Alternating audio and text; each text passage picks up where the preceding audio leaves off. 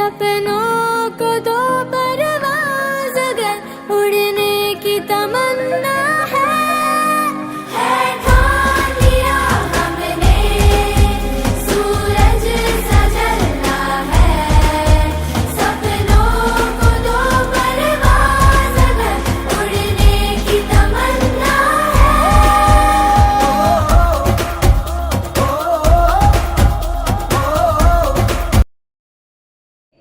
ખડકોના પ્રકાર આવે છે એના વિશે શીખશું. ખડકોના કેટલા પ્રકાર હોય છે?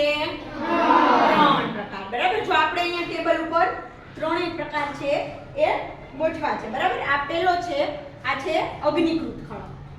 બરાબર. આ છે અગ્નિકૃત ખડક. અગ્નિકૃત ખડક કેવી રીતે બને છે? તો કે ગરમ જે મેઘમાં હોય એટલે કે આપણો જે પૃથ્વીનો રસ છે ને કહેવાય લાવા, એ જ્યારે બહાર નીકળે અને એ જે ઠરી અને એનાથી ને જે બને એને કહેવાય અગ્નિકૃત ખડક. એટલે જો અગ્નિકૃત ખડક છે એ બધાય જોશું.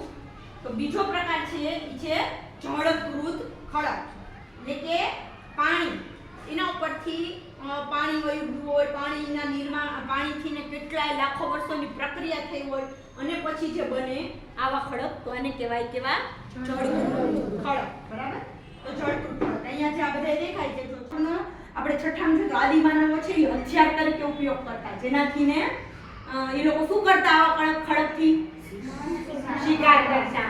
શિકાર કરતા. બરાબર. હન્ટર એન્ડ ગેધરિંગ, શિકાર કરો અને ભેગું કરો, તો એ આવા અણીદાર ખડકથી કરતા. આપણે જો ત્રીજો ખડકનો પ્રકાર છે રૂપાંતરિત ખડક, કે જે અગ્નિકૃત ખડક ઠંડો થઈ અને એના ઉપરથી પાણી પસાર થઈ ગયું હોય, એટલે કે અગ્નિ અને જળ બેયનું જે મિશ્રણ પછી જે ખડક બન્યું હોય એને કહેવાય છે રૂપાંતરિત ખડક.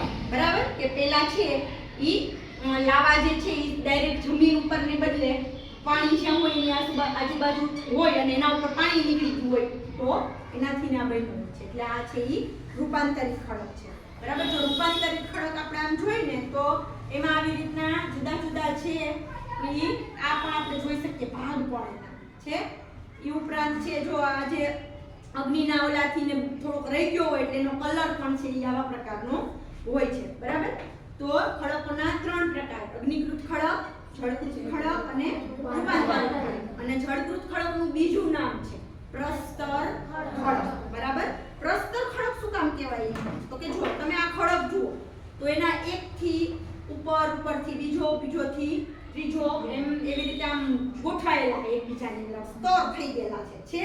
જો આ ખડક જુઓ તો એમાં છે સ્તર જુદા જુદા. બરાબર. તો એટલા માટે આને કહેવાય પ્રસ્તર ખડક. બરાબર છે. ઈ જે આ ખડક વિશે સમજા એમાંથી ને તમને જે ખડક વિશે સમજાવવું હોય એના એક વિશે છે એ કહેવાનું છે. તો અગ્નિકૃત ખડક વિશે કોણ કહેશે? સમીરભાઈ. ચાલો સમીરભાઈ છે એ આપણને અગ્નિકૃત ખડક બતાવશે ને એના વિશે કહેશે.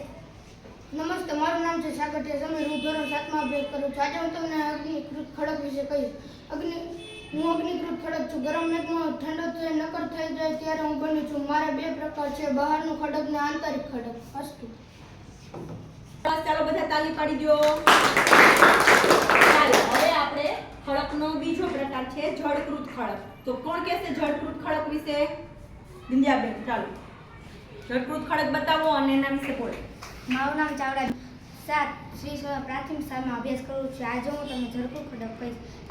હું જળકૃત ખડક છું. ખડકોને ઘસાય અથડાય ટકાઈ નાના ભાગમાં ફેરવશો અને પવન, હવા, પાણીની મદદથી એક સ્થળથી બીજા સ્થળે જાવ ત્યારે જે ખડકની રચના થાય તેને જળકૃત ખડક કહે છે. મારું બીજું નામ પ્રસ્તર ખડક છે. ચાલો ખડકનો ત્રીજો પ્રકાર છે રૂપાંતરિત ખડક. કોણ કહેશે રૂપાંતરિત ખડક વિશે? રૂપાંતરિત ખડક. ચાલો નિકિતાબેન.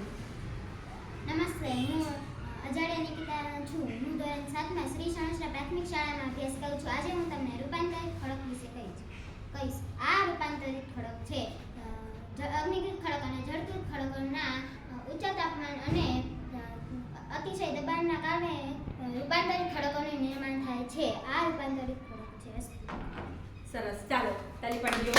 હજુ પણ જેને જે ખડક વિશે આવડતું હોય ને બોલવું હોય તો કે. ચાલો કોઈને જે ખડક વિશે આવો. સુનિલભાઈ જેના વિશે બોલશો? અગ્નિકૃત ખડક. સરસ. ચાલો અગ્નિકૃત ખડક વિશે બોલો. હું અગ્નિકૃત ખડક છું. ગરમ મેઘમાં ઠંડો થઈ જાય ત્યારે હું બનું છું. મારા 2 પ્રકાર છે. પહેલો છે આંતરિક ખડક, બીજો છે બહારનો. સરસ. હવે કોઈ? ચાલો હાર્દિકભાઈ. જળકૃત ખડક. સરસ, સમજાવો. નમસ્તે, મારું નામ છે સાગરથી હાર્દિક. હું ધોરણ 7 માં અભ્યાસ કરું છું. આજે હું તમને જળકૃત ખડક વિશે કહીશ. આ છે જળકૃત ખડક. ખડકો ઘસાય, અથડાય કે ટકરાઈને નાના નાના ટુકડામાં ફેરવાઈ જાય છે.